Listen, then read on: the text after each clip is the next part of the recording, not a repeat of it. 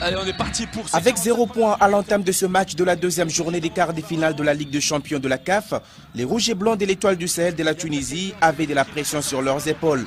La pression de ne pas réussir leur match face au Corbeau du tout-puissant Mazembe, habillé en bleu, ses réels adversaires dans ce groupe. Et c'est la raison pour laquelle ils démarrent ce match au plancher pour vite trouver la faille.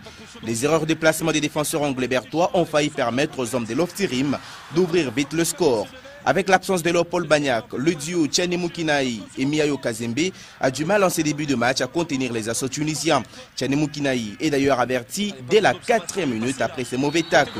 Le tout-puissant Mazembe laisse passer l'orage et réagit à la 5e minute. Et quelle réaction! Alain Kalutu Kadioko allume la mèche et envoie une praline dans les buts d'Aymen Matlouti qui sort difficilement cette frappe sèche. Et dès lors, Mazembe rentre dans ce match et inquiète les publics du stade olympique de Sousse à la 13e minute en ouvrant les scores. Guilain Veteluyeye reprend dans les filets la tentative manquée de Alain Kalutu Kadioko. Pour les Congolais, l'ouverture du score, ce ballon qui a été repoussé, mais mal repoussé malheureusement. Matlouti est battu et les Corbeaux mènent 1-0 en déplacement. Un coup quasiment parfait, obligeant les étoilés à courir derrière pour chercher à revenir. Complètement dos au mur, l'étoile jette alors toutes ses forces dans le match et se montre dangereux jusqu'à la 34e minute. Boukari Sadat, dans la surface de réparation, s'est fait subtiliser proprement le ballon, mais l'arbitre séchellois Eddy Maillé lui voit une charge de Tizéo Kanyimbu sur l'attaquant de l'étoile.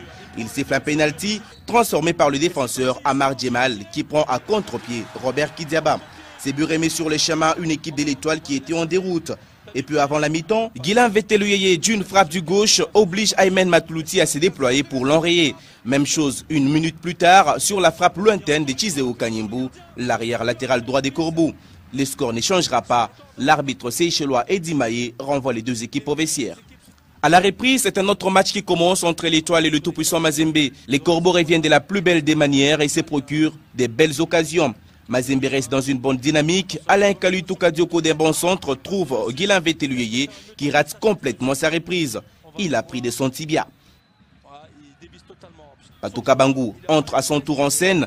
L'étoile, en spectateur fébrile, ne peut que constater l'aisance avec laquelle Mazembe déroule.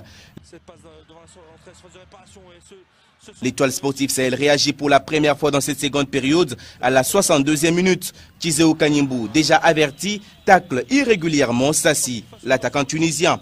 Le coup franc qui s'ensuit, exécuté par Mohamed Ali Nafka, est repris de la tête par Ahmed Abdenour, profitant de l'attentisme de toute une défense associée à la sortie hasardeuse du gardien Robert Kidiaba.